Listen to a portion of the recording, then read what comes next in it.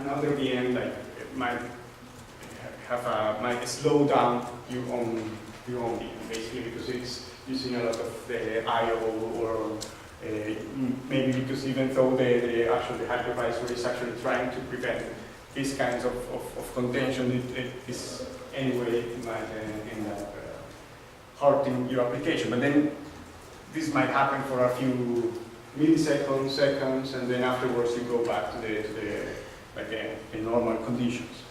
So you define these to model this, you have this random environment. So it's a very simple random environment with two stages. One that's the low contention stage, the other is the high contention.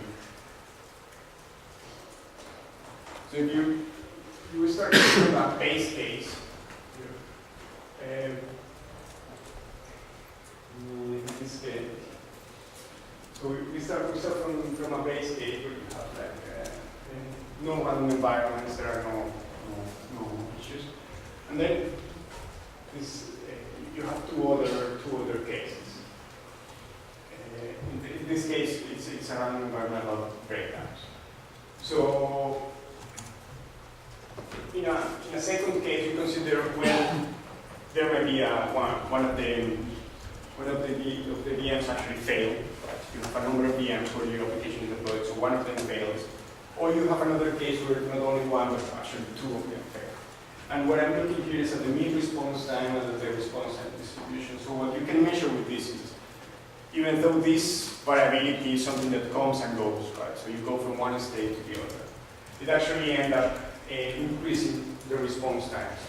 And if you were not to consider that kind of variability, you wouldn't be able to actually measure what are the response times that the requests are in fact facing. So here's a bit of a more complex example, basically, that where we have an application and we want to exploit the spot instances to deploy the application. So how we do it is that we start with the deployment. Like the deployment that we want to have is one where the application is running on spot instances on two different availability zones. So you have your application running, but as you know, the spot instances are something that you can lose at any point in time, depending on the evolution of the spot price. So here is like a snapshot of the spot prices evolution. What you see is that if you were going to beat this price, $1, at this point in time, so your spot price is actually lower than the bid, so you get access to the spot instances. But after a while, after some hours of execution, this spot price actually increases and you would lose the instances.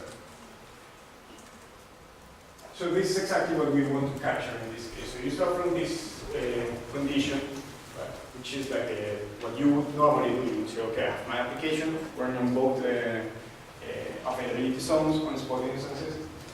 And now we move to a different stage, a different environmental condition where we lost the spot instances on one zone and we end up with only spot instances on the other zone. So something that you could do in this case is to launch like emergency on-demand instances, right?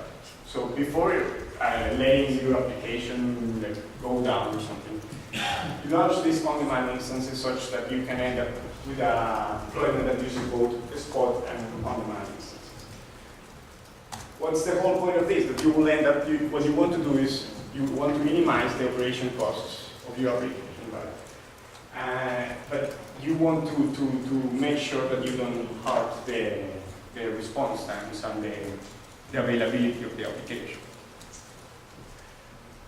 So if you first look at the blue line here, what you see is what's the response time distribution. What are the response time that the different requests are facing under such a deployment.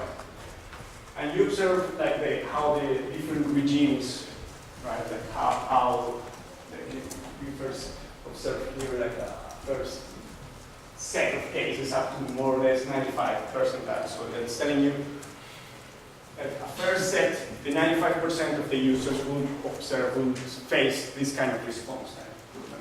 So which that takes you up to what is that? But then if you cross that point, it's not that it continues just going down nicely, but there will be again like an increase, a significant increase in the response time that will cover all the users up to this point. So you have like different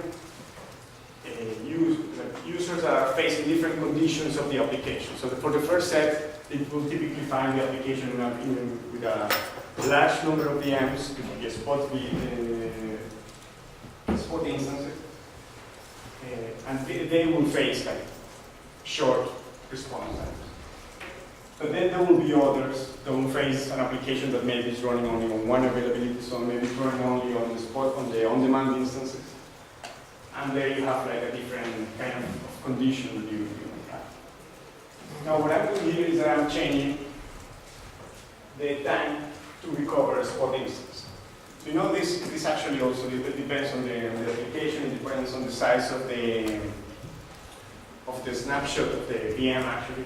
So here I have like 3 different cases, 1 minute, 5 minutes, 10 minutes, which are like these are normal times observed in cloud environments, right? So what you see is how changing this parameter affects the distribution. And you see that how it changes, how the response and distribution changes is not really trivial. So for instance, you were going to look at the 99 percentile. You see that the big change doesn't happen when you go from 1 to 5 minutes. But if you go from 5 to 10 minutes, there's a big gap between the two distributions. But the gap is not really even, it's not something that's uniform. But if you look at other cases, the gap is actually larger. If you go from 1 to 5 minutes on this time to recover the spot instance, than if you go from 5 to 10 minutes.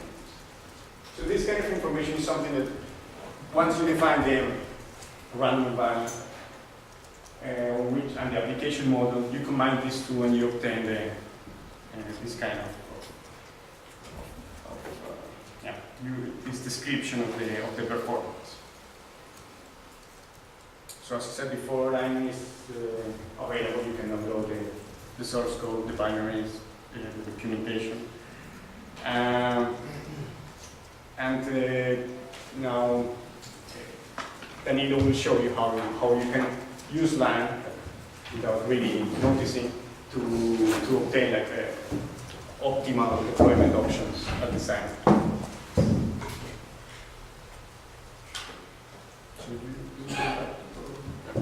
I will use mine. What is easy.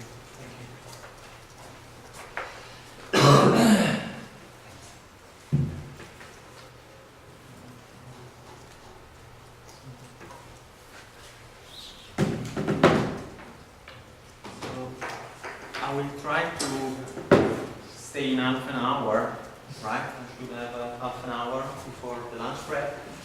And actually, now in the last part of this tutorial, we will focus on the design time exploration of cloud application. So the goal of the design time exploration is actually to evaluate a number of architecture that are equivalent from the functional perspective, so they provide the same functionalities of the application, but they are characterized by possibly different value for the quality of service and for the cost. And the final goal is to identify the final deployment that minimize the cost and satisfy some specified quality of service constraints. And this will be the final deployment of the cloud application. So here we are in the MODACloud workflow.